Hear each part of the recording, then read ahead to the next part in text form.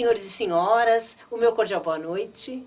Muito obrigada por estar mais uma vez me recebendo na sua casa, especialmente nessa semana tão importante e fundamental, que seja a semana que antecede, ou seja, a semana que acontece o Natal.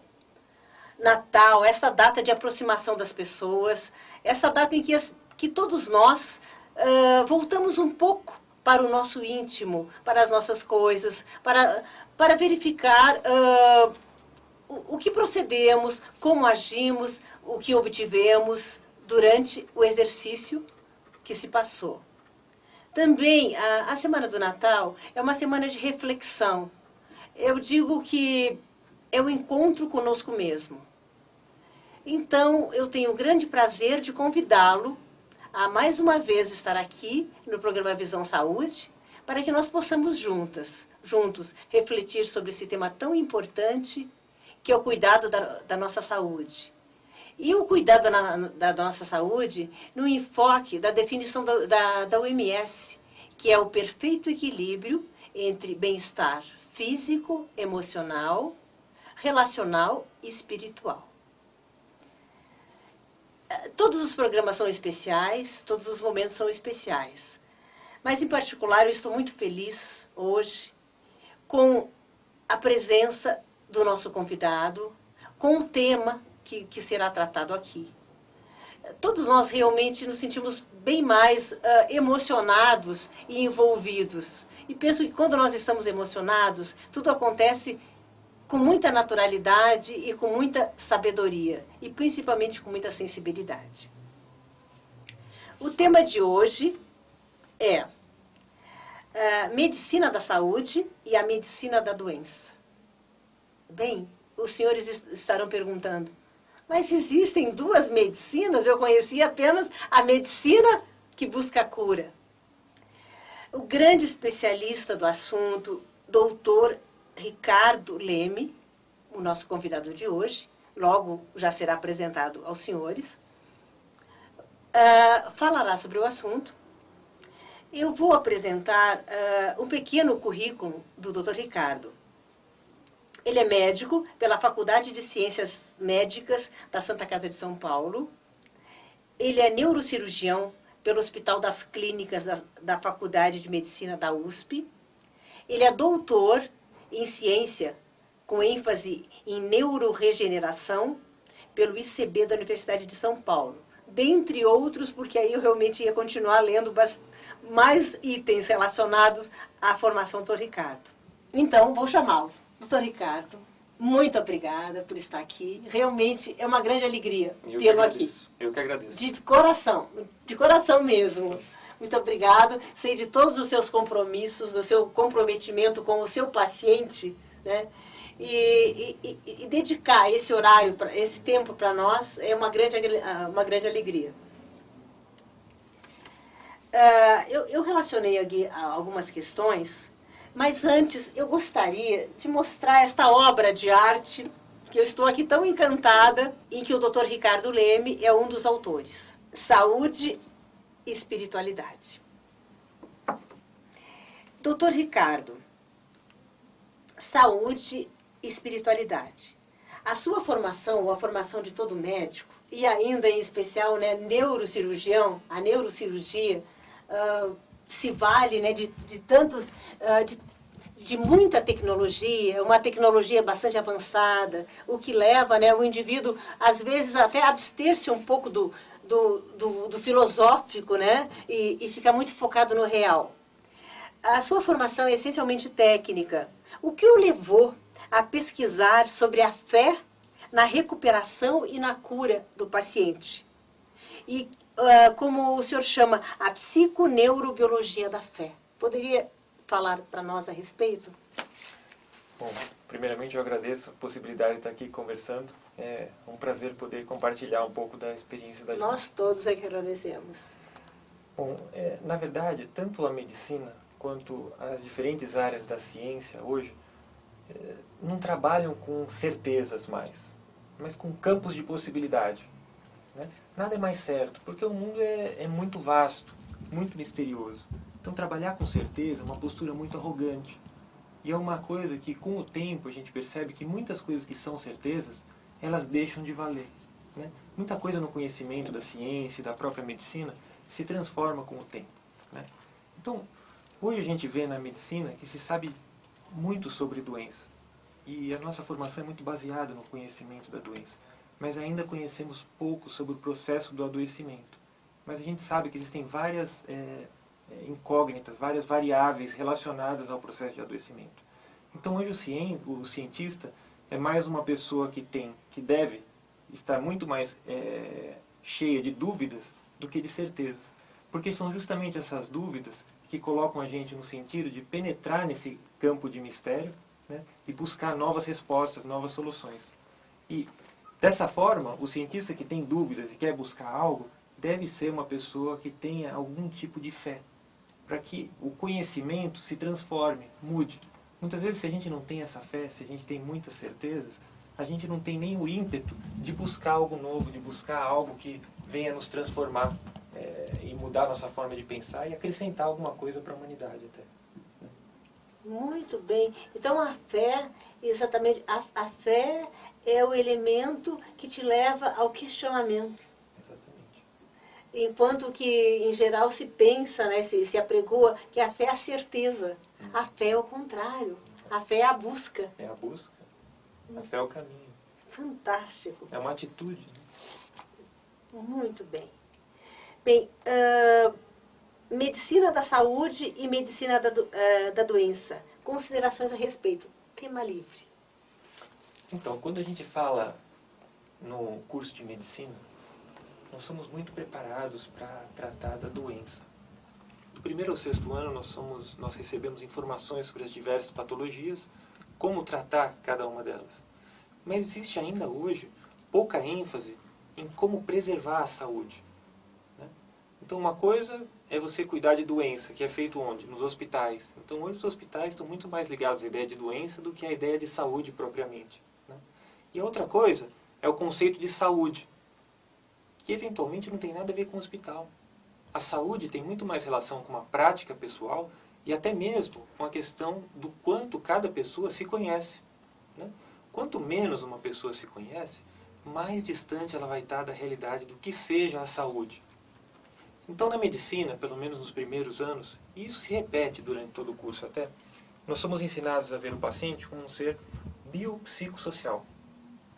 Mas a grande ênfase, muitas vezes, é no biológico, em como tratar e cuidar do biológico, com medicações, com intervenções. E esse campo psicossocial, muitas vezes, ele fica colocado à parte. Mas a saúde, ela tem muita relação com esse contexto psicossocial. Porque se, por um lado, nós sabemos que temos um corpo físico, e ele precisa de uma boa alimentação, precisa de atividade física, muitas vezes a gente não está atento que a gente tem também, de algum modo, um corpo emocional. E que esse corpo emocional, a semelhança do corpo físico, também precisa ser nutrido. Né? Como que é a nutrição desse corpo emocional? Entra num outro tipo de nutriente. A pessoa precisa aprender coisas como perdoar, pedir perdão, né? Saber a diferença que existe entre vontade e desejo. A vontade é uma expressão livre daquele ser enquanto participante do mundo. O desejo é algo que ele é tomado enquanto ele está vivenciando esse mundo e muitas vezes até o desvia do caminho de sua própria vontade. E esse corpo emocional, por exemplo, ele se nutre de uma forma diferente do que o corpo físico. Porque os relacionamentos nos nutrem na medida em que nós oferecemos algo para esse relacionamento e não quando nós pegamos algo. Diferente do corpo físico, que se alimenta quando você faz atividade física, quando você coloca o alimento para dentro de si. Né? Então, essa é uma outra esfera, e quando a gente fala nessa esfera, a gente está falando mais do contexto de saúde. E você perceba como isso depende de cada pessoa e como ele está vivenciando a sua própria vida. Né? E uma terceira esfera seria a esfera mental. Como que essa pessoa se relaciona no dia a dia consigo mesmo do ponto de vista mental? Do que ela se alimenta? Essa pessoa está fazendo uma boa leitura? Ela compartilha o conhecimento com pessoas do seu ambiente? Né? Da onde ela tira a sua informação? Da mídia? Que tipo de mídia que essa pessoa está acessando? A mídia que está com notícias doentes? que fala de coisas ruins, ou ela está buscando uma mídia saudável, que está nutrindo com coisas boas acontecendo. Porque existem muitas coisas boas acontecendo no mundo inteiro, mas é muito comum que alguns tipos de mídia focalizem sempre o que há de negativo. Como que para propagar uma cultura de apego e de medo? E se você gera medo nas pessoas, você gera doença. Porque a doença tem muita relação com aquilo que a pessoa está apegada e daquilo que a pessoa sente medo.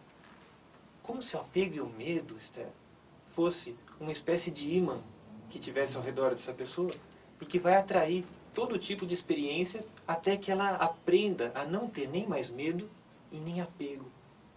Seja um apego a um relacionamento, seja um apego a uma forma de pensar, ou seja um apego a valores abstratos como valores de beleza. Veja hoje, um propagador de doença. Revistas de beleza. Qualquer um que veja uma revista de beleza hoje vai se sentir feio.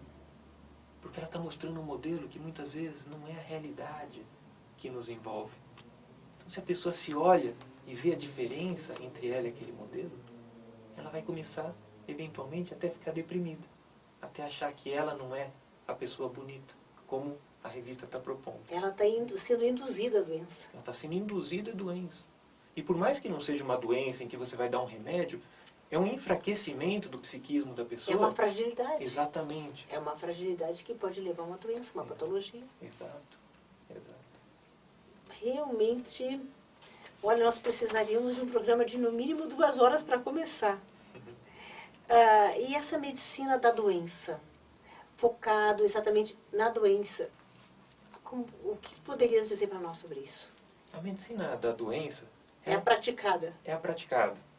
Claro, não podemos negar a sua importância, porque a gente sabe que tem patologias, eventuais tumores, doenças que vão se beneficiar de um tratamento, um paciente hipertenso, um paciente diabético. É claro que esse paciente vai precisar de medicação para se compensar. Né? Mas a gente não pode pensar na medicina dessa forma. Porque, por exemplo, quando você fala em plano de saúde, talvez a palavra mais adequada fosse plano de doença. Por quê? Você usa quando está doente. Eu não vejo um plano de saúde promovendo um evento em que as pessoas sejam estimuladas a repensar a sua vida, repensar a sua alimentação, repensar formas de viver. Isso sim seria um plano de saúde. Né? Então a gente tem que tomar cuidado, porque muitas vezes a gente compra uma ideia pelo que falam pra gente, mas a gente não está nem pensando naquilo que a gente está comprando. Né? Então, claro, a medicina da doença tem o seu papel sim, mas a medicina da saúde tem muita coisa ainda a ser explorada, tem muita coisa ainda a ser aproveitada pelas pessoas. Né? E até Hipócrates, né? Dizia o seguinte, que o teu único remédio seja a tua alimentação. O pai da medicina tinha essa ideia, que os valores que ele buscasse na alimentação, a cura dos seus males. E aí Hipócrates, né, como filósofo, na realidade, se referia que essa alimentação, essa nutrição que o senhor falou há pouco, exatamente, que não seja a nutrição biológica, física, para que fosse sanado apenas um corpo, mas sim essa nutrição que supre todos esses corpos, né, emocional, relacional, espiritual. Então, Hipócrates já estava, né, pré-dizendo esse conceito.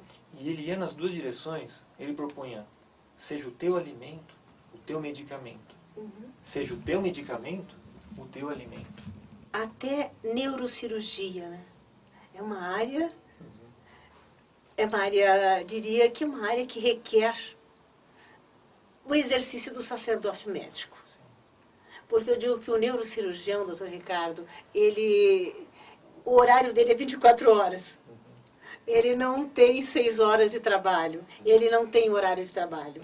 É a hora que a necessidade, que a patologia, que a dificuldade exige.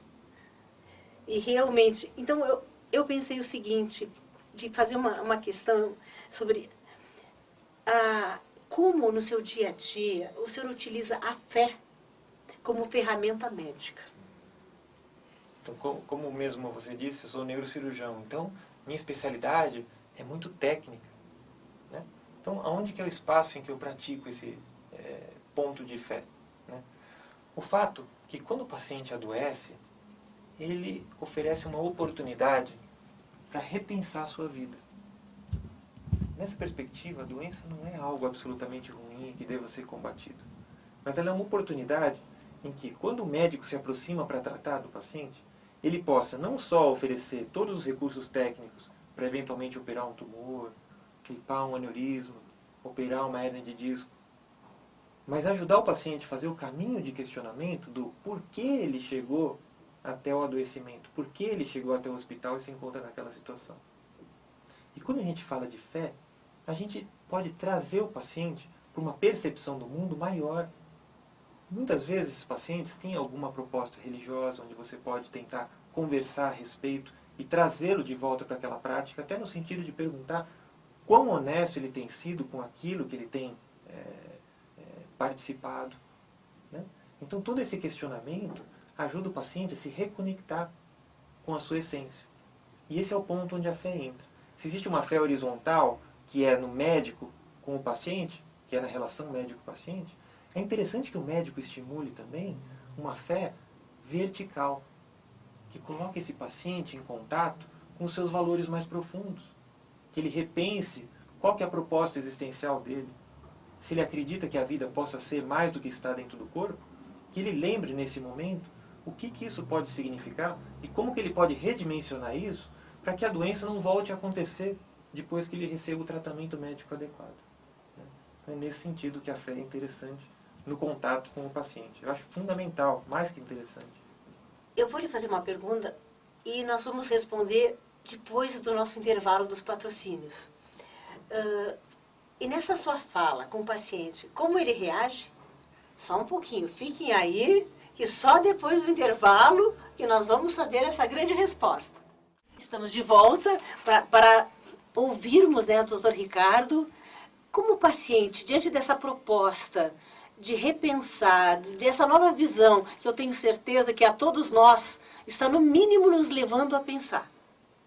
Esta fala realmente está nos levando a refletir sobre as nossas ações.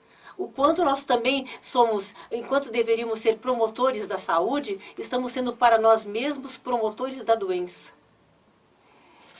Bem, mas hoje eu vou procurar falar o mínimo possível e aproveitar o máximo desse conhecimento. E aí, como é que ele reage?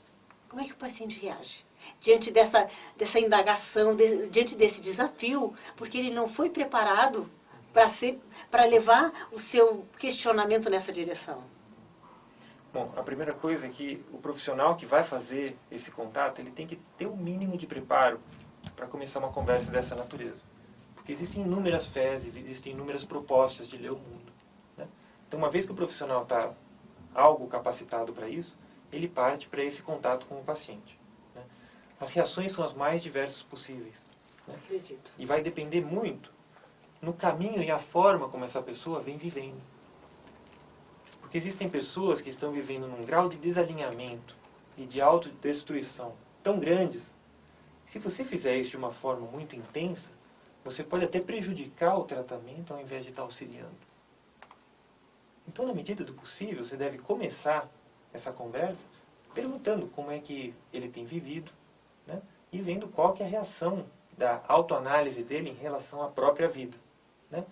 Na medida em que ele vai mostrando que a vida dele tem tido alguma honestidade, tem tido algum grau de coerência interior na busca da saúde, a gente pode começar a ir na direção de como ele está buscando essa saúde. Né? Porque, em última análise, Esther, se pensarmos, o estado de ser-são é como que o estado de santidade. Né? Ser-são, ter saúde, é quase o estado de santidade. Então a saúde está ligada a todo um aspecto comportamental da vida e de harmonia interior, em todos os níveis. Não é só comer bem e fazer atividade física. Tem uma atitude em todas as suas relações que vão te dar saúde. Então, quanto mais alinhado o paciente tiver com essa coerência na sua vida, menor vai ser aquele impacto ou a emoção que essa conversa vai gerar. Como mais distante o paciente estiver de uma vida alinhada, harmoniosa, quanto mais vícios essa pessoa eventualmente tenha. Né? Existem pessoas que fumam ainda hoje, existem pessoas que fazem uso de bebidas alcoólicas, né? Que sabidamente estão relacionadas a maior incidência de determinadas doenças. Né? Então, quanto mais essas pessoas estiverem ligadas a hábitos que não estão diretamente associados à saúde, mais traumático vai ser esse acesso inicial, porque essa conversa sempre vai levar a um questionamento interior.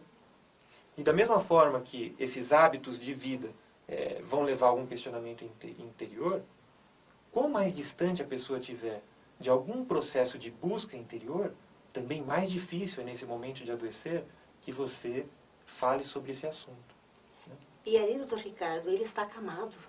Ele tem todo o tempo do mundo para refletir. Exatamente. Então, como realmente o senhor falou, a sensibilidade de ver até que ponto pode, né, levantar a questão, mas com mais light, né? Isso. Aos pouquinhos. Respeitoso. Eu tenho pensado também, o último programa também falei sobre crianças, porque eu acho que a criança é uma coisa tão especial. Será que eu estou enganada? A criança tem, eu acho que uma possibilidade maior de aceitação. Porque eu lembrei-me agora de uma pesquisa que eu fiz durante 10 anos para avaliar a busca, aquele sentimento de insatisfação do paciente em relação aos profissionais de saúde. E aí foram quase 12 mil pacientes e eu tive muitas crianças e a criança tem uma percepção direta da doença. Ele sabe, ele dizia, professora, eu estou doente, eu não vou poder mais jogar bola. Ele tem noção de sentir o corpinho frágil e doente. Então, aí um questionamento, será que uma fala dessa, com uma criança, o resultado seria até bem mais rápido? Ela tem mais facilidade de aceitação, de mudança? Sem dúvida. Sem dúvida. A criança, ela está mais pura. E essa pureza, para a gente, ela é muito favorável. E é com ela que a gente deve trabalhar. Criar uma relação de verdade onde você não minta para a criança. Fala a verdade na forma mais pura possível para a criança. E ela sempre nos ajuda no tratamento e realmente a criança sempre responde mais rápido também. Né? Claro, tendo sempre o cuidado no relacionamento com os pais para não contrariar nenhum princípio na relação entre pai e filho. Né? E algo interessante que você chamou a atenção falando sobre as crianças, o ideal seria que cada um de nós, quando você chega num estadio de doença, que você repense a forma de chegar a resgatar essa criança interior. Porque é o encontro com essa criança que favorece a cura muito mais rapidamente. É essa honestidade, essa leveza, essa pureza, essa abertura. Sim, e realmente, muitas vezes a grande maioria da doença do adulto é a criança ferida que ficou lá dentro. Exatamente. A criança magoada, a criança ferida. Isso. E então, um programa anterior eu falei exatamente sobre a saúde emocional da criança. Enquanto isto, né, vai bem tratado, bem trabalhada, pode evitar doenças futuras. Doutor Ricardo, será que a fé seria o elixir mágico para uma vida saudável? Eu acho que sim. Eu acho que sim. A pessoa que vive com fé, ela tem esperança. É uma pessoa que tem mais chance de viver dentro de uma perspectiva de liberdade. A pessoa que perde a fé, a pessoa que é doutrinada em certezas, ela fica como que cercada. E o mundo é um campo de mistério gigantesco. Se você cerca a pessoa com certeza, você está quase que impedindo que ela viva. E se há algo mais terrível do que morrer, é o não viver, o não poder viver. Né? Então a pessoa que não tem fé é quase que uma pessoa aprisionada dentro de uma estrutura sem saída. Né? Claro, a gente deve guardar as devidas proporções, porque existem pessoas entre nós que escolheram uma perspectiva de vida materialista. Então é uma outra conversa. Então acho que isso que a gente está conversando, Esther, pode ser aplicável às pessoas que acreditam que a vida possa ser algo mais do que a gente está vendo, algo mais do que a gente está vivenciando no dia a dia. Olha, realmente, doutor Ricardo, nós temos 1 minuto, mas eu gostaria de passar esse 1 minuto que seria para mim, para que o senhor faça as despedidas. Eu só dou um tchauzinho para o nosso público e faça considerações a respeito, um fechamento, uma chamada nessa semana em que se comemora a união das famílias, né? O Natal no sentido de aproximação, para aqueles que estão lá no hospital, para aqueles familiares, que eu digo que o familiar, nós como humanistas sabemos disso, que o familiar às vezes ele está realmente em geral sofrendo muito mais que o paciente, porque ele está lúcido. Faça um chamado de fé, faça um chamado de amor a essas pessoas, a essas crianças, a esses adultos acometidos pela doença.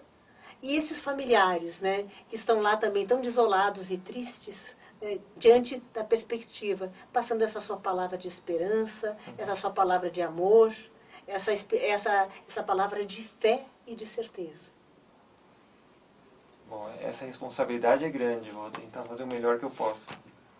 Mas o Natal em si, eu acho que o importante é a gente lembrar do que seja o Natal e o que é comemorado no Natal. No Natal a gente comemora o nascimento de Jesus. Então é aniversário de Jesus. É um momento de recolhimento. Porque uma vez que Ele não está fisicamente presente entre nós, esse nascimento vai acontecer de alguma forma simbólica, talvez, dentro de cada um de nós. E quando a gente pensa em dentro de cada um de nós, a gente pensa no coração, né?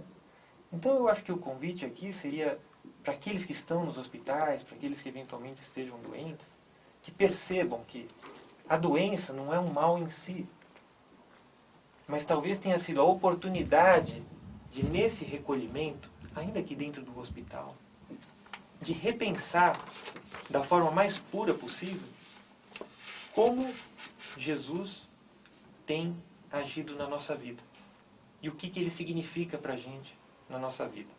Talvez as pessoas que estejam no hospital hoje tenham uma oportunidade maior do que aqueles que não estejam, porque eles já estão naturalmente no estado de recolhimento.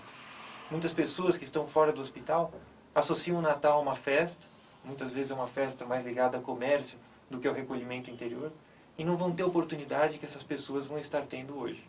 Eu acho uma oportunidade de ouro, que deve ser aproveitada da melhor forma possível. Doutor Ricardo, muitíssimo obrigado. E que o nosso Cristo, o nosso Jesus, que tenho certeza que acreditamos, né, que estamos aí buscando o melhor para nós, cada dia melhorando um pouquinho nessa caminhada evolutiva, continue sempre consigo, trazendo tudo de bom, muita fé, muita determinação e cada vez mais amor a esse próximo, a esse sacerdócio lindo, maravilhoso. Realmente muito obrigada pela sua presença. E a você, telespectador, muito obrigada pela sua presença. E vamos realmente repensar as nossas coisas e vamos saber que estamos aqui nesse plano terra para sermos felizes. E vamos abraçar na noite de Natal, na ceia de Natal, vamos convidar Jesus Cristo, para que sente na nossa mesa e ceie das nossas dores, das nossas grandiosidades, da nossa fé, da nossa perseverança. Um Feliz Natal, meu afetuoso abraço.